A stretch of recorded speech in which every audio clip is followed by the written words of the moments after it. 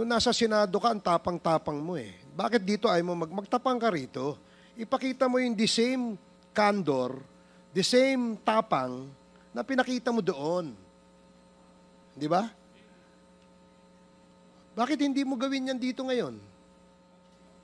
Matapang ka lang doon sa Senado kasi may kakampi ka? Dito ka magpakita ng tapang mo. Hindi yung nandoon ka lang. Alam mo, ang mahirap kasi sa'yo, gusto lang nating malaman ang katotohanan sa likod nito. Ang dami mo ng ginawa eh. Dinamay mo pa yung mga kasama na, hindi dahil sa kasama namin sila, kundi hindi tama ang nangyari at ginawa mo. You are trying to besmirch the reputation of this committee. Itong committee ito, hindi ito gawa-gawa lamang. Ito'y pinapayagan ng ating saligang batas. Ito'y pinapayagan at pinayagan ng 300 mahigit na membro ng Kongreso na kung saan ay merong mandato ng taong bayan. Kaya wag mong bastusin ito. Yung tapang mo, nawawala eh. Tawagin mo yung kakampi mo. Ang nakakabahala po doon sa bahagi po ninyo, Colonel Grijaldo, ay naibahagi po ninyo doon sa statement ninyo na meron pong 2 miyembro ng mababang kapulungan ay di umano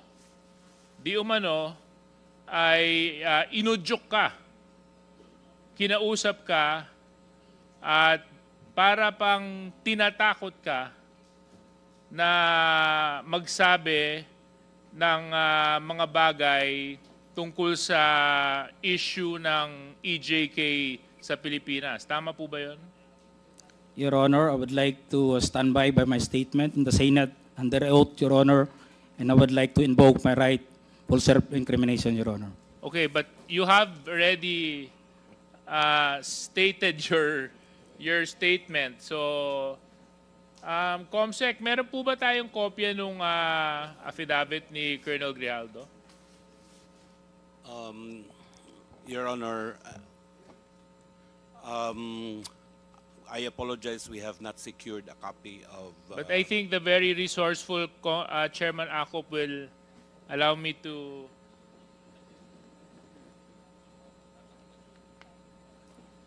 Thank you very much. So anyway, Colonel Grijaldo, meron po akong kopya ng affidavit nyo. At ito naman po ay pinaninindigan po ninyo. Tama po? Yes, Your Honor. Okay. Maraming salamat. Dito po sa number 7 ng inyong sinumpang salaysay, sinabi po ninyo dito, when I entered the end room, I saw 2 lawyers of Colonel Garma standing inside the room. One of the lawyers approached me and then asked me what we were going to talk about. And I said that I do not know. Number 8, after a while, Congressman Dan Fernandez entered the room and he asked me to sit beside him on the right side. Then Congressman Abante entered the room and sat on the far end, chair on my right. Far end, chair on my right. One of the lawyers of Colonel Garma stood at my back. Your Honor, I would stand by my statement Okay, in the so Senate I would under understand. oath, Your Honor, and I invoke my right for self-incrimination, Your Honor. Point of order, Mr. Chairman. Point of order. What is the point of order? I don't see any reason why our guest keeps on invoking his right against self-incrimination when Deputy Speaker J.J. Suarez was not asking him anything incriminating. He was just merely reading a portion of his affidavit. So I don't like, Mr. Chair, that this committee, that our resource person may impress upon the public that we are here to corner him and to incriminate him. Please, tigilan mo yan. Hindi naman, Mr. Chair, it's not right to invoking self-incrimination when in fact DSJJ is not asking you any questions but merely reading his affidavit. Baka naman ng message na pinapakita, Mr. Chairman, sa publiko, inaanggulo natin siya dito. I'm sorry, Mr. Chair, but I have to manifest this. I think his invitation to the Senate was discussed about EJK and illegal drugs. And nowhere in his affidavit did he mention anything about illegal drugs and EJK. He did not share any inputs or his knowledge on illegal drugs. His participation in that Senate inquiry was merely to besmirch the reputation of some of the chairmen here. And as a result, attempting to degrade the integrity of the Quadcom. So please, I hate to admonish men in uniform. I have the highest respect for our policemen. But please, Colonel Grijaldo, stop invoking your right against self-incrimination. Nobody's asking you any incriminating questions here. Mr. Chair. And Mr. Chairman, along the line of Congressman Adjong, I don't think it's incriminating because number one, sinumpang salaysay niya po ito eh. Pirmado niya po ito eh. So how can he incriminate himself when he actually signed this affidavit? And this is a public document, Mr. Chair. So if our resource person is invoking this right to self-incrimination, I think that is out of order. Okay. I'd like to remind the resource person that the questions being asked of you are the statements you made in your affidavit. And the questions that DSJJ is asking is whether you confirm those statements that you stipulated in your affidavit. Dahil affidavit, pinirmahan mo yun, there's nothing incriminating no, dun sa tanong ni Congressman J.J. Suarez. So please, answer appropriately the questions being asked by the members. Congressman Acop? Mr. Chair, may we ask the resource person the basis why he is invoking his right against self-incrimination? Yeah, please answer. What is the basis of you invoking the right against self-incrimination?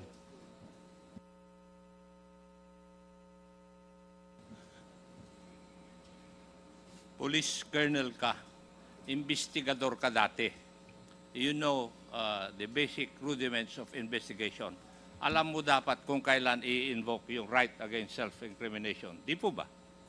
Kasi nagko-conduct ka ng investigation eh. Now, may I know your legal basis why you are invoking your right against self-incrimination?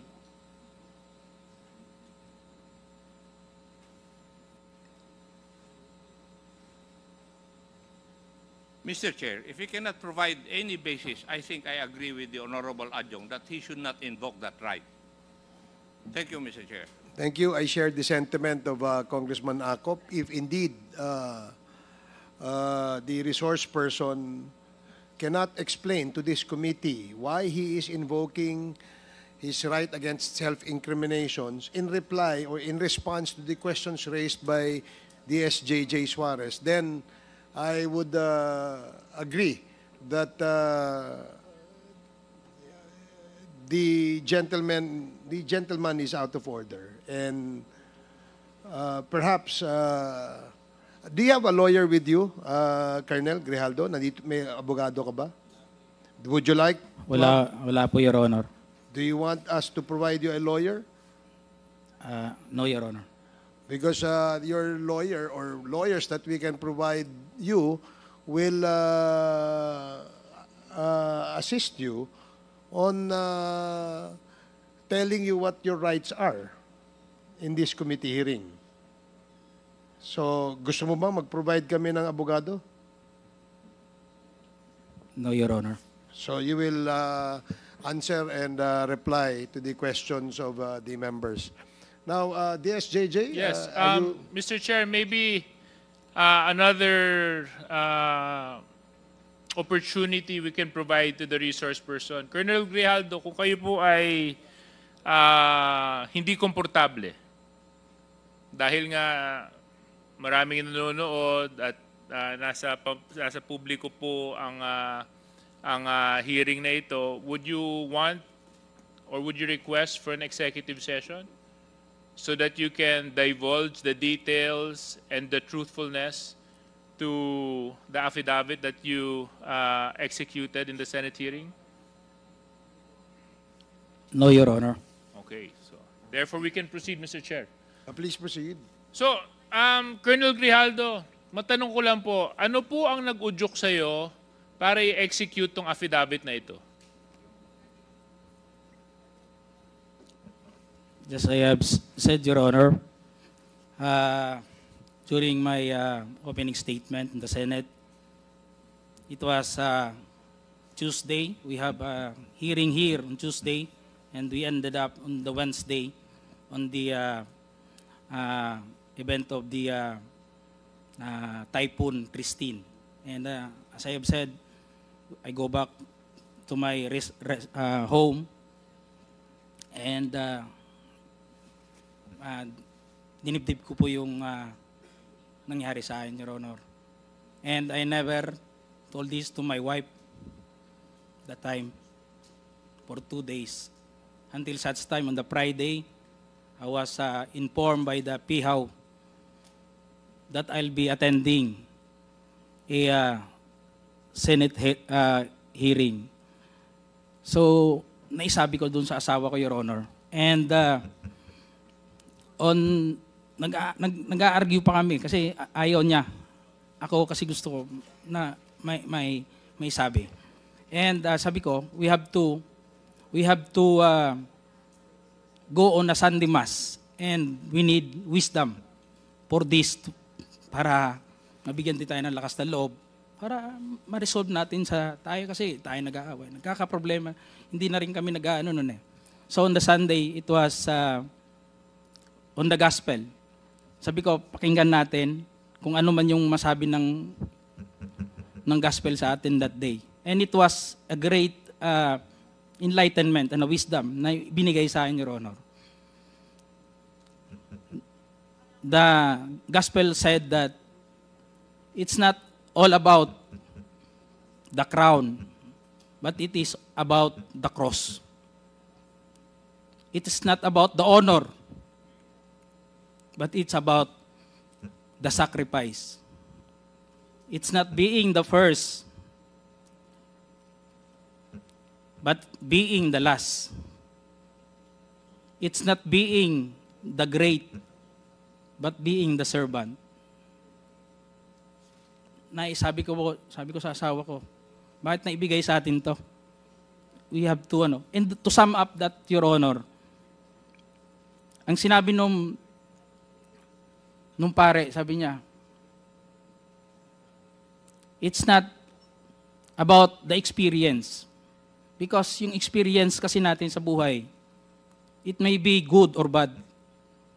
But it's all about the lesson learned that time, Your Honor. So I have that courage, and even my wife submitted to my decision. And on the next day, pumunta na po ako yun. Nandun po yun, nag-narrate, ginawa ko po yun, sinulat ko po yun. And it was on that mass that time that it is a Sunday for the PDLs. It was a Sunday for PDLs. Sabi ng pare, we have to give dun sa mga brothers natin na nakukulong. Hindi ko nga akalain na I would be the one also to experience that nung sinabi ng pare. So, that's all, Your Honor. That is all that happened, Your Honor.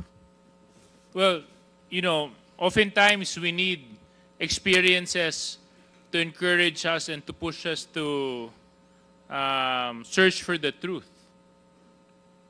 So I hope this hearing is one of those experiences for you, Colonel Grijaldo.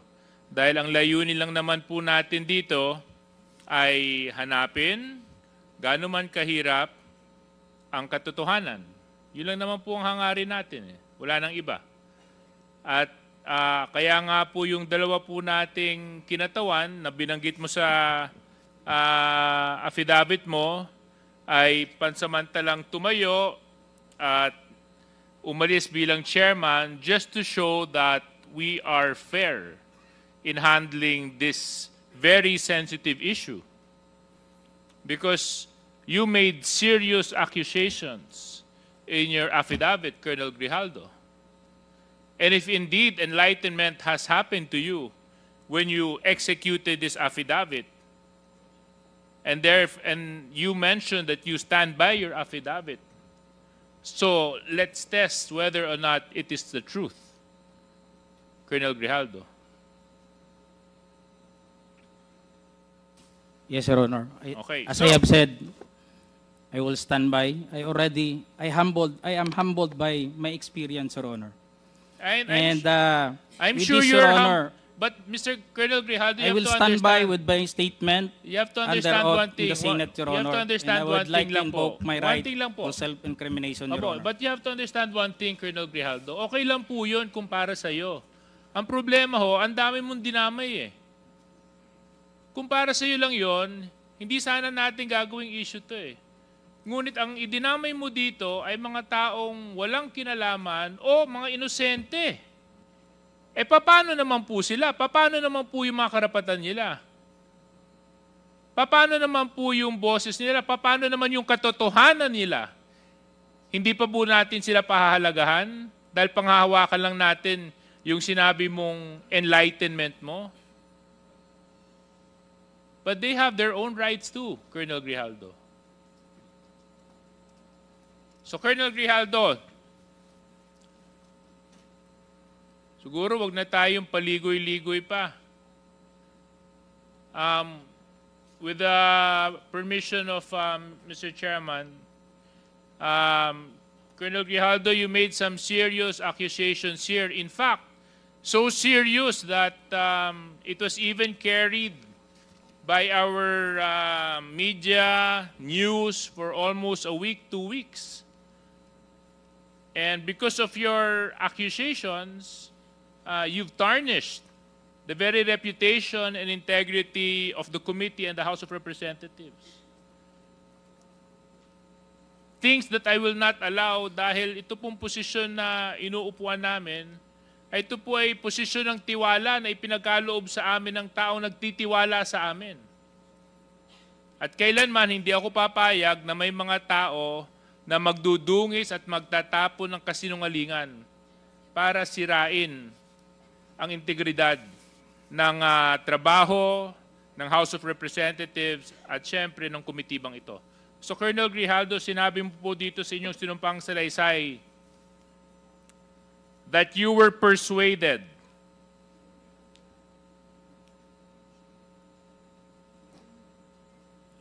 Your Honor, and you said, ikaw naman, Colonel, ganito lang yan. Alangan namang walang insidente o mangyayari sa panahon na yon. I answered that I served as COP, Chief of Police in Mandaluyong during COVID-19 pandemic, and there were less crimes committed and we did not receive any reward from anyone. I added that we only receive funds as additional MOOE support fund for the Peace and Order Fund of the LGU. But dito po sa earlier part, sinabi mo that you're persuaded. Is this true, Colonel Grijaldo?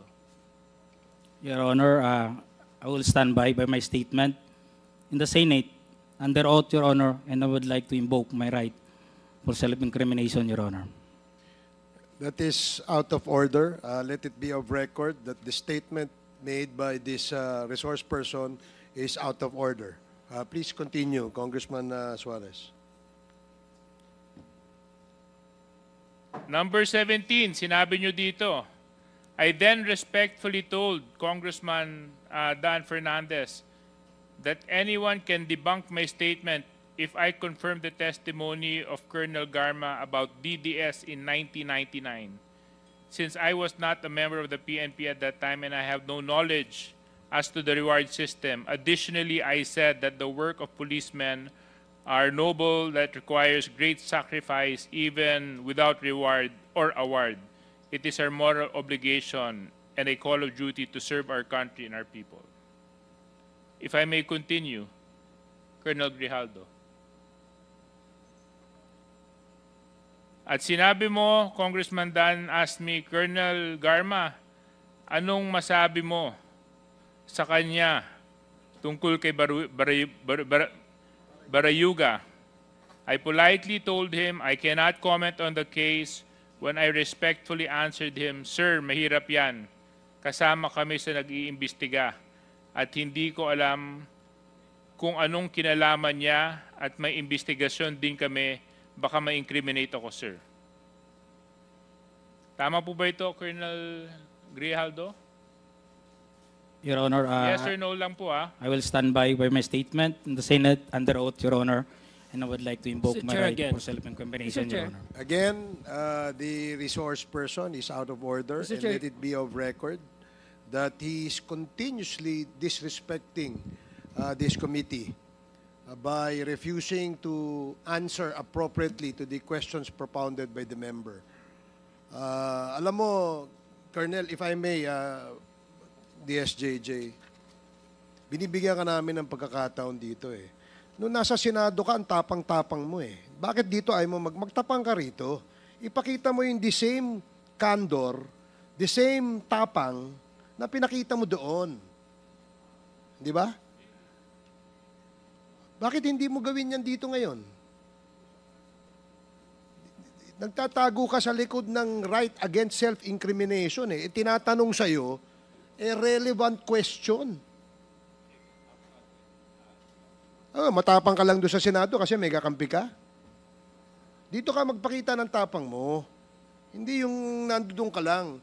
Alam mo, ang mahirap kasi sa'yo,